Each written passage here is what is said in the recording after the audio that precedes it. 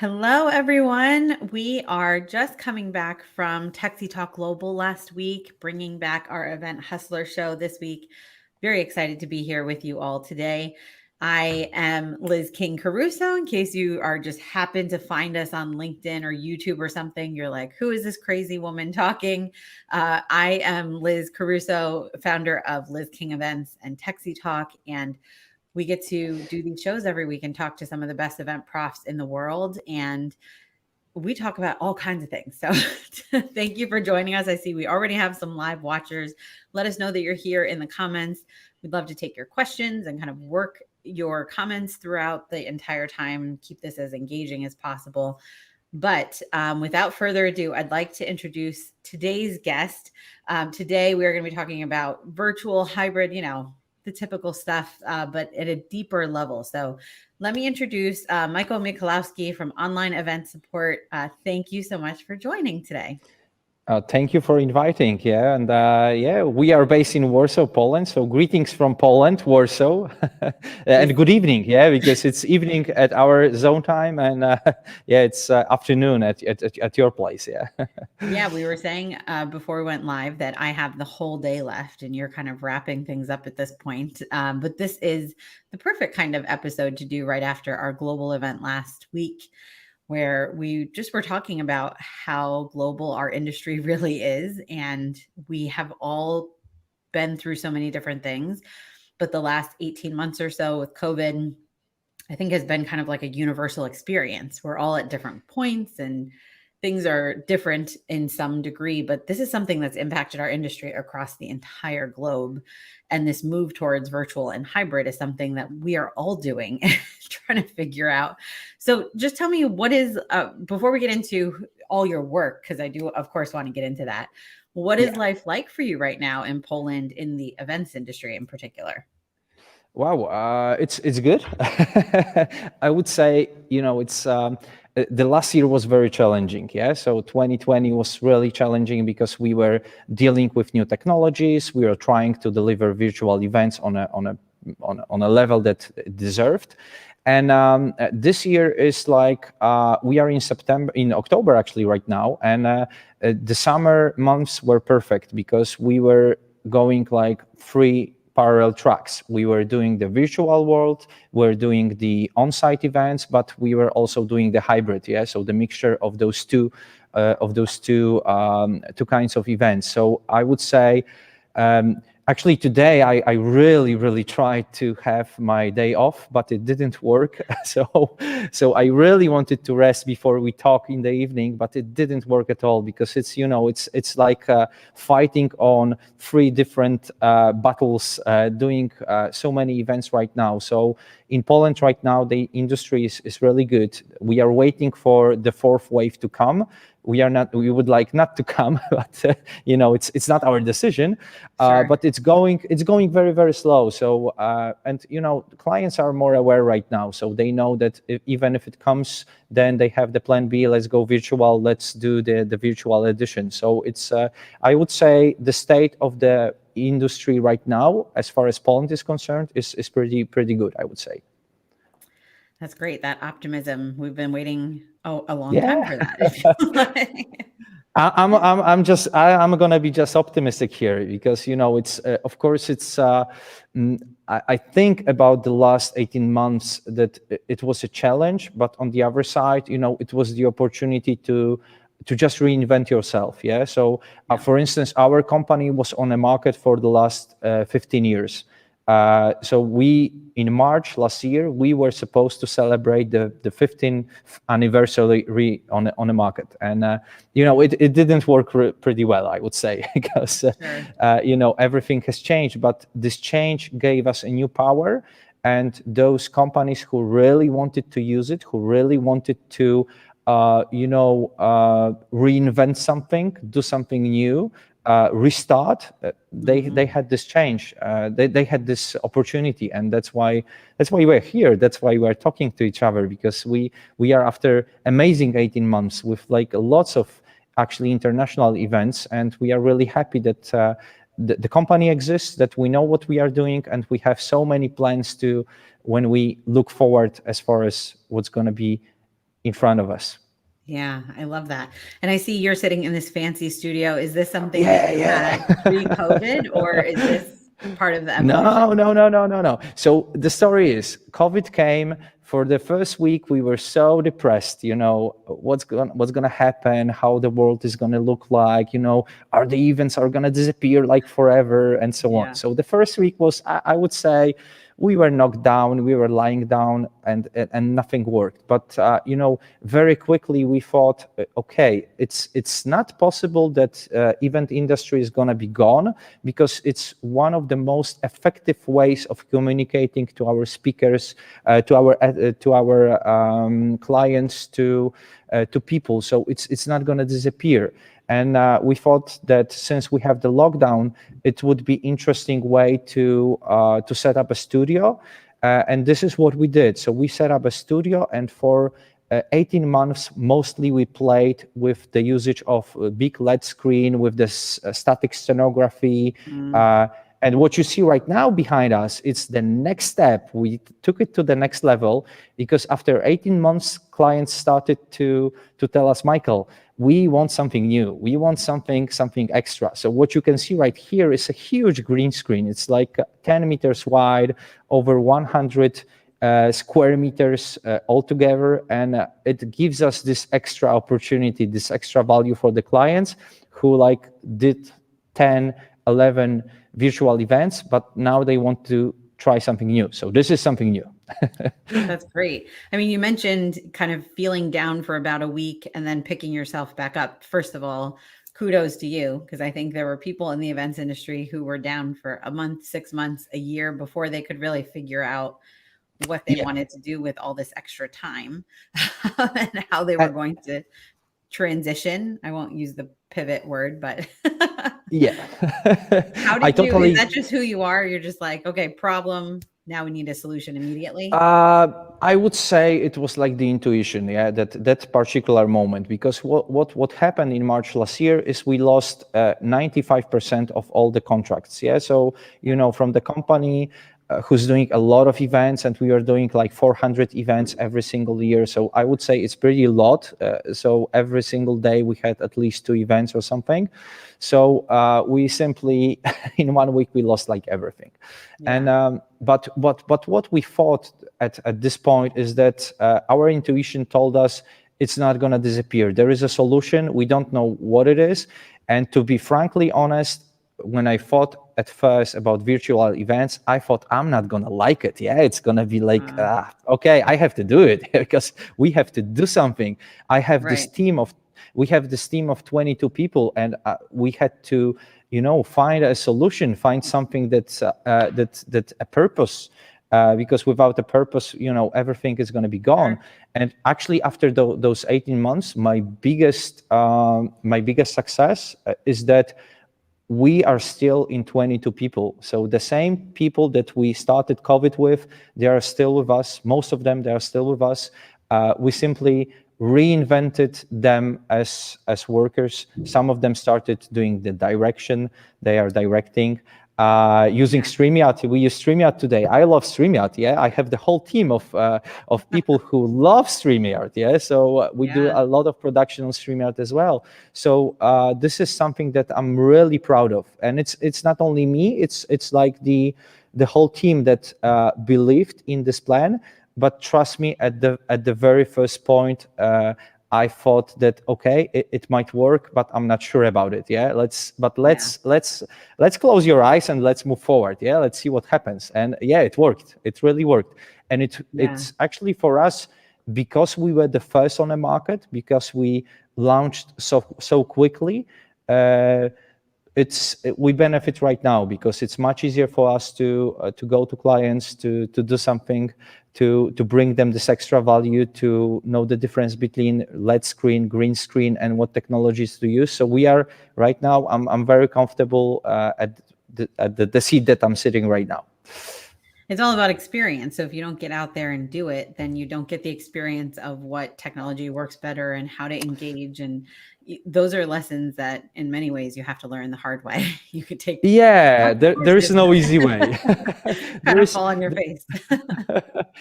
I'm gonna tell you about the first event we did in May last year. So I was like looking for every single solution for every single client I could see on a market, and we managed to find out that there is one client who would really like to organize a virtual event, which is gonna last for 5 days. It's gonna be for 1,000 attendees, and it's going to be 100 users, 100 speakers.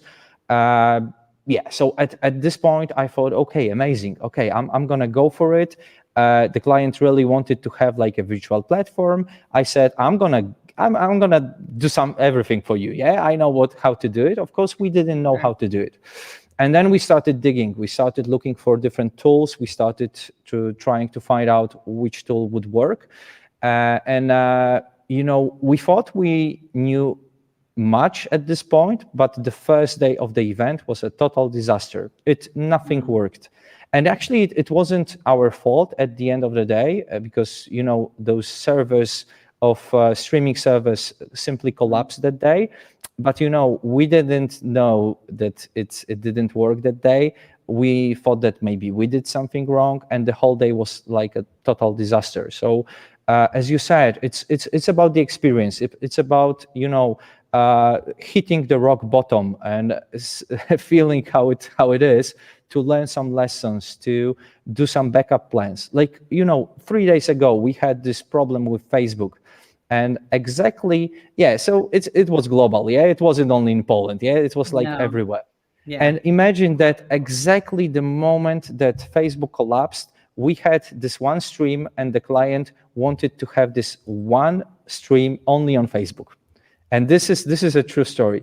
And the moment that I left the event, because I left the event before it started, when I saw everything is fine, everything is okay, I told to our remote room, let's do the backup plan on YouTube. Let's stream it there, just to make sure that maybe something might go wrong.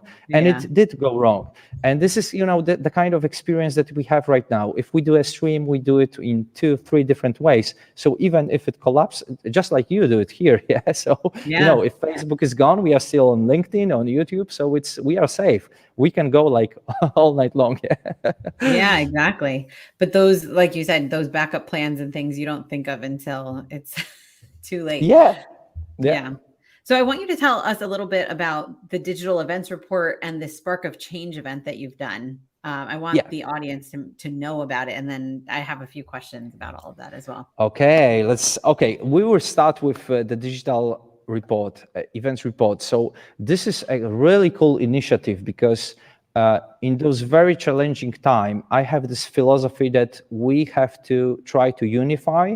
We have to try to find different friends. Even if you have a lot of competition on the market, this is not the time for a hard fight. This is rather a time for finding, solutions, working together, earning a little bit less, but maybe with partners, because it's the time of education, it's the time of learning together. So what we did is, on a Polish market, we together with like a meeting planner.pl, this is like a huge Polish media for events, the biggest one. They unified the top event agencies in Poland, and we started to analyze the Polish market, but not only the Polish market. We did a survey on digital events. So we started to ask our responders about the industry, about the future of the industry, about whether they are fine with virtual events, whether if the pandemic is over, they are gonna stay with virtual events or not really. And we have some really cool insights of which formats are gonna work, which formulas are going to work in the future as far as virtual events are concerned, what are the advantages and disadvantages, how to encourage people to stay with us online. So this is the kind of insight we really gathered with like 6 different event companies, and I'm really happy to share some of the insights because they are, I would say, really interesting. What I really think is the most interesting aspect is that our clients, the clients of different event companies, said that even if pandemic is over 90%, they are saying they will consider virtual events as the effective tool to communicate to the attendees. Boom. Yeah. That's it. Yeah, that's what we really wanted to hear. It doesn't mean that 80% will do so, but they consider it, and for sure some of those will use this tool, but because right now they know it's effective, they know it's going to work. So this is huge for us. This is some kind of insight that we really wanted to hear. And those are the clients who tried virtual events. Those are not the clients who think maybe it might work. No, those are the clients who did virtual events. Yeah. They measured the effectiveness. They are happy with it. They are going to do it in the future. So this is something that I'm really excited about. Yeah. So you mentioned briefly about formats of events, and some do work better online. I mean, I think it's, the special events market, for example, weddings and things. You could have a virtual, wedding, but it's not quite the same. I What would say kind of it's things okay, but it can happen. But what it can kinds of happen. events are you seeing in terms of formats work really well as virtual Sure. specifically? So there are 2 types of events that work absolutely perfectly. So the first one is webinars. So webinars is a formula which is just perfect because it's simple. The clients in those formula, clients said we don't need the agency to do it. Of course, we can have some of those. They use like a green screen to make it Right. better looking, to make it smoother. But this is the formula that clients said it's going to stay with us online. We are going to do it in the future for sure. And this is like the top one. It's the first place as far as the format is concerned. But the second place is the conferences, and especially the international conferences. And this is something that's I would say very important, because we have a lot of clients who say that even if COVID is over, we are gonna do international conferences with the usage of platforms of different visual elements, because it simply works. For instance, 2 weeks ago, we had this amazing project. And imagine this, we had 17 parallel stages for 4 days. So we had 4 days, 17 parallel stages, and 900 speakers. 900 speakers from all around the world. There were like yes. They have two editions of this event. The second one is in spring, and they plan to have 23 parallel stages. And this is the project that used to be on site, used to be in Poland, but not only every 2 years, it was in a different location. And this is the project which really works in virtual world for so many reasons. If I have a speaker from New York, a neighbor who would have to go to Poland to make a 20-minute speech and just go back, it doesn't make sense. It's much easier to do it virtually. So all those formulas where you have the transfer of knowledge, when you have this knowledge and you have to pass it on to your attendees, those are the formulas that are going to work for sure in the future. And this is what the report told us, that this is gonna work in the future, and attendees are gonna use it, clients are gonna use it, everybody is gonna use it for sure. Yeah. I mean, that's amazing. That's a lot of content. And it makes me wonder if an event like that not only can happen virtually perfectly, as you say, but is it actually better virtually? Can we just think you use the example of the speaker who doesn't have to travel to Poland for a 20-minute session, but then you have the virtual audience, the attendees, the participants who get to click in and join all kinds of things without running. I mean, imagine, I mean, we all know what that looks like, 23 stages or 17 stages in an in-person event, and what an attendee has to do to get from one to the other and to taste a little of what's happening at all of this great content.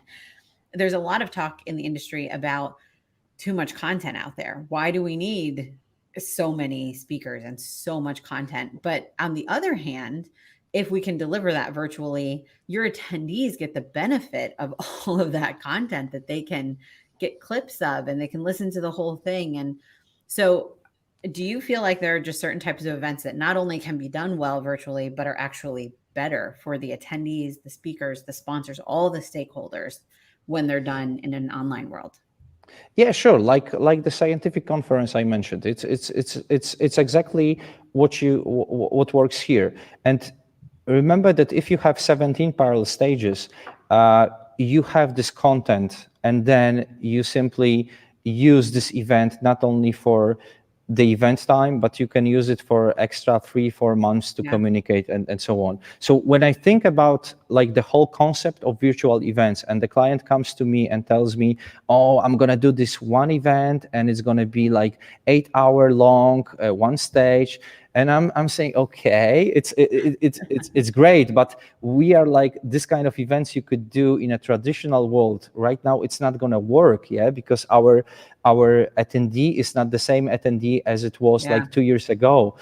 And it's so for instance, 2 days ago, a client of mine told me, I'm gonna split this 8 hours into 2-hour episodes. It's gonna be from Monday to Thursday, only 2 hours, and it's not gonna be directed at the same target groups. I'm gonna do the Monday for accounting, Tuesday for something, and it makes sense. It made much more sense than trying to take this poor attendee sitting over there in front of a computer and trying to force him to watch the whole event itself, because it could be fun, like I don't know, 1 year ago. It wasn't, but it could be. But after 18 months of being in lockdown, of sitting in front of computer, we are not really interested in getting more of that, in sitting like 8 hours and watching a conference. So this is a whole issue that as event planners we should consider how to change it.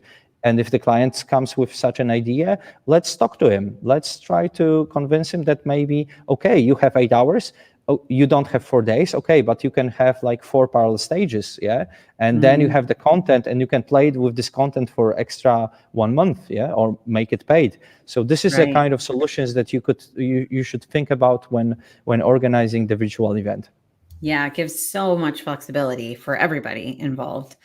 Now, you did mention that people have been in front of the computers for a long time, the last year and a half, and they don't necessarily want to keep doing that. And I think that's a question a lot of the people in the industry are thinking about. How do we get our attendees to attend, to participate, to engage, to want to be there, and not just be clicking to the next tab on their browser or registering and expecting that they'll get the recording? Any tips? I know everyone's dealing with this. You opened like a Pandora box right now. It's such a huge topic. So do we have an extra 8 hours to talk about it, or we're gonna have to? We have to make it short. People don't want to listen for that. Yeah, I know. I'm just joking. Wow, there are so many layers of where to start. So for instance, imagine like when should we start the event itself? Should it be in the morning? Should it be in the evening? It used to be like the traditional events, conferences started at like, I don't know, 8, 9 in the morning. But right now, at 9 in the morning, you have a different attendee, a different person who has a different behavior, who started to act differently, and it's not going to work if you start at 9 o'clock in the morning. So, it's the first layer. Usually when I think about how to keep this engagement at a higher level, I would say I would go for a little bit more sophisticated tool as far as conference, as far as, I don't know, Christmas party, whatever, and use a virtual platform. Because, and I'm not talking about Zoom, about Teams, because we know them, they're okay. in our report, it appeared that most of the clients use it. They probably use it because they know it and it's easy, it's simple. But it's not a tool to organize professional virtual events. It's just a conferencing tool. So if you use it for a virtual event, of course it has these extra features, but it's not perfect. But if you think of a platform when you have all those amazing, when you have this lobby, you have this one-on-one meeting, random networking, you have this opportunity to consume parallel stages. You have I don't know. We had a client in January who wanted to have 200 sponsor booths. So we had to set up 200 sponsor booths with live sessions. So you have this perfect environment where you can place your image which you produce in a studio, or you don't have to even produce in a studio. You can use the platform itself with the streaming or combine it with a StreamYard. It's a perfect solution. Yeah, because StreamYard is cool. I'm a fan of StreamYard. Yeah. So this is actually the environment, and this environment is like a hotel for your visual event. So you want to make like a hotel where you have all the features for your attendee, and you don't want your attendee to leave this hotel for an extra 2 or 3 hours. You would like this attendee, so if the attendee would like to send a message to another attendee, there has to be a feature to send messages. If they want to schedule a one-on-one meeting, yes, let's have this feature on the platform. But don't use Zoom or Teams, yeah? So it has to be, because you don't want your attendee to move from one tool to another. You want to have everything integrated. And I would say this will increase your chance of getting something interesting, yeah? I love the studio. We love producing a really nice videos here, but this is only a video. You see a lot of videos on YouTube, but for your attendee, let's put this video on a platform. Let's think how your attendee could consume it. And this is exactly what we are looking forward. So, and this is exactly the approach that we are trying to have here in Poland. Yeah, I couldn't agree more. I was just talking yesterday about how event planners in particular are so obsessed with this idea of TV quality production, and we're wanting to learn about the cameras and the lighting and the green screens and all of this stuff. And I think it's important, and I think attendees care, but I think what we're missing is we are not trying to create Netflix shows. We're trying to create events, and events, the power, the blood that goes through them is the interactions between one attendee and another, or the interaction between a speaker. So again, we talked at the beginning of this episode about how the industry globally has been through so much. It's really exciting to talk to somebody else from Poland while I'm sitting here in New York. It's same story. Very much on the same thought about what we need to do as an industry to move forward, thinking about really robust virtual tools and engagement and how production matters, but it doesn't become the only thing. We're not creating. It's not at all.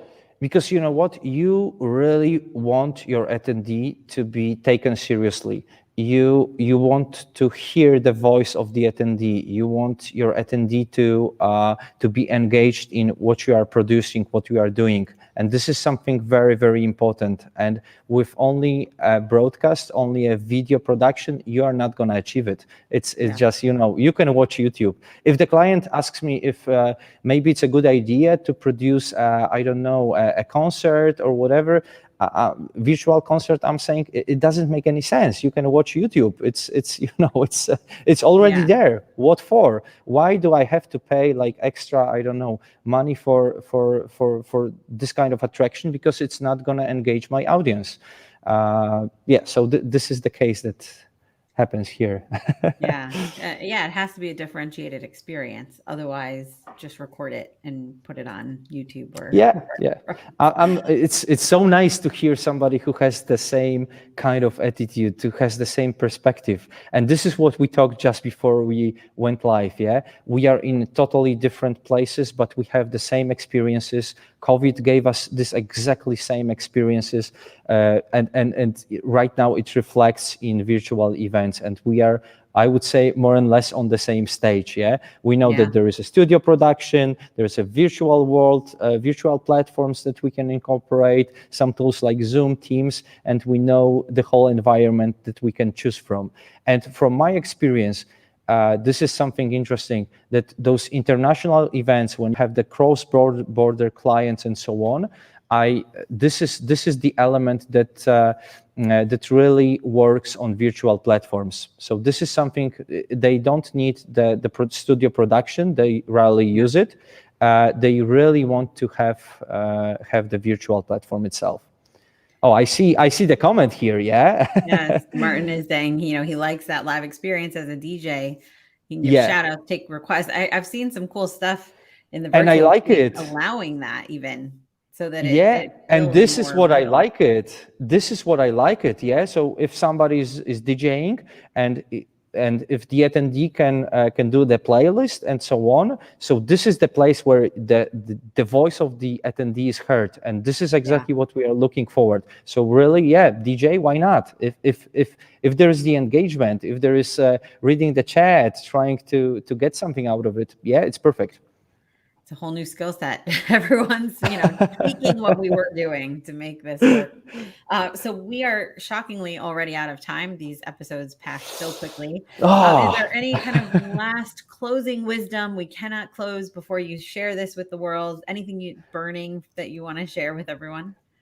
Yeah, I have two messages. One is, let's be optimistic. I know that events are not gonna disappear; they are gonna stay with us, and this is the reality. And I'm for sure 100%. So this is why I'm smiling. This is why you are smiling. Yeah. And yeah, let's hope this whole environment is gonna have some more successes in the future. And the second one, we didn't speak about it. We are doing this really nice Spark of Change event for event professionals in January, and I would really love to have you, Liz, as the attendee or maybe a speaker. We'll work something out. And the event is free, and I would really like to invite you all. It's in January this year. I'm gonna give you some update later, so feel free to join us. This is the place where we're gonna educate, and you are educating here as well. So we are on a same page here as well. So Yeah, that went absolutely. so quick. I know. Definitely send us the information. We'll share it with our network. Happy to participate in any way. So I love that you're doing that because that education is so critical for our industry. It Well, is. thank you so much for taking the time today. It flew by, but I know we're going to have lots of other opportunities to chat with each other. Thank you for all the work that you are doing, not just for your clients, but to share all of that learning with the entire global industry. It's been great chatting with you. So thank you for your time today. Wow, thank you. Thank you for inviting us, and it was a pure pleasure. So yeah, take care, and I'm going to sleep right now. Yes, you get to bed. We'll see the Yeah, rest of you next Wednesday at 1:30 p.m. Eastern again on Facebook, LinkedIn, YouTube. We try to share it everywhere, not just as a backup plan, but so you can catch it in your busy, busy days. Thank you for joining us, to Martin and Ken and so many people who were sending comments. Thank you for all of that. Love chatting with you all, and we'll see you next week. Have a great week, everyone.